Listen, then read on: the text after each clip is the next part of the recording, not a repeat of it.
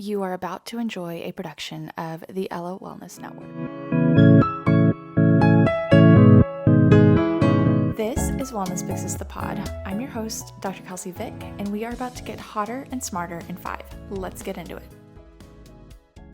This episode is meant to be a bit scary. I just turned 30, so we're going to chat about aging as women and what we can do in our 20s in order to protect our bodies when we are 80. So let's get hotter and smarter in 5 as we talk about it. We're going to chat about a few different aspects of fitness as we age: skeletal muscle mass, bone mineral density, neuromuscular control, reaction time, balance, those sorts of things in one category, and then also our cardiorespiratory fitness and endurance. So when it comes to skeletal muscle, there's a lot of ways to measure it, but it can be associated with strength, power, endurance, all of those sorts of things, and we'll group that together in skeletal muscle. But as we age, we increase our skeletal muscle mass up until about the ages of 30 to 35 when it peaks.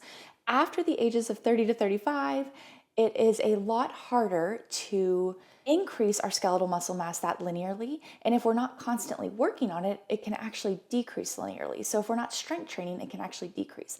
At the age of about 65, it starts to decrease exponentially. So strength training can help us maintain or improve our skeletal muscle mass. But again, up until that age of about 30 to 35, that is the prime time for us to build skeletal muscle mass. Now, skeletal muscle mass is also associated with bone mineral density. So our bones are cued to build themselves up when they are stressed by our muscles. So strength training also helps with bone mineral density. Bone mineral density is the strength of our bones, and we refer back to this in times of especially like falling and fractures, which women are at an increased risk of fractures as we age because our bone mineral density doesn't necessarily reach the peak bone mineral density that men have. And so once we start to age, it declines relatively quickly.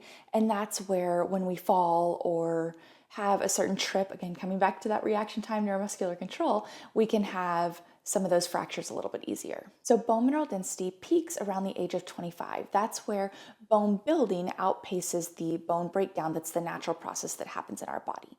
After the age of 25 to around the age of 50, bone breakdown is about equal to the bone building. And then after age 50, that's where bone breakdown starts to outpace the bone building.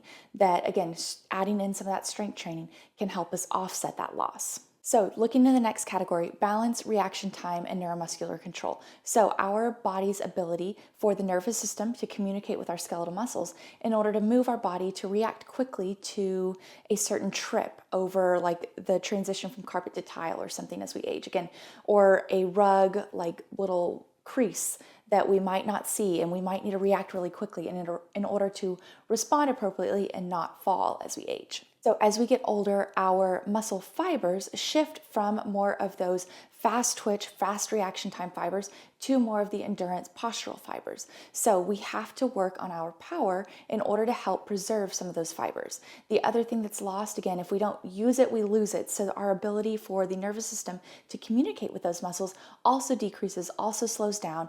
And so our ability to actually access and connect to those fibers might also decrease. And then lastly, cardiorespiratory fitness, or our endurance. This is usually measured by VO2 max, which is a numerical value of the maximum amount of oxygen that our muscles can actually utilize during exercise and very, very intense exercise. We want a high VO2 max. It is associated with better stamina, more energy, less risk for cardiovascular disease, better weight management. A lower VO2 max, and you might have poor stamina, decreased energy, and an increased risk for cardiovascular disease. In general, our VO2 max declines around 4 to 10% each decade of life. However, those who actually train their endurance throughout the lifespan, especially prior to menopause, can have a 22 to 52% increase in their VO2 max. Again, that numerical value that corresponds to our endurance, we can actually have a 22 to 52% increase over our untrained peers.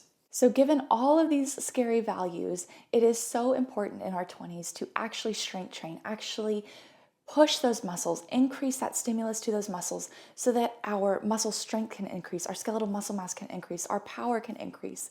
We also can increase our bone mineral density with that strength training. So it's very important to have a well-rounded strength training routine, especially in our 20s. It's also important for us to focus on that aerobic capacity, that endurance training, so that we can help our VO2 max and our muscles actually use the oxygen and be better utilizers of the oxygen that we have running through our bloodstream. We also need to focus on power, so quick reaction time, very explosive movements in our 20s, so that we're really helping those type 2 muscle fibers, that connection between our nervous system and those muscle fibers, in order to maximize all of that power and quick reaction time so that we're able to maintain that as much as we can as we age. So again, I know that's a little scary, but there's a lot of things that we want to optimize in our 20s and our 30s because it's when a lot of skeletal muscle peaks, a lot of bone mineral density peaks. And once we reach that peak, it's all about trying to maintain that as we age because it is going to decline.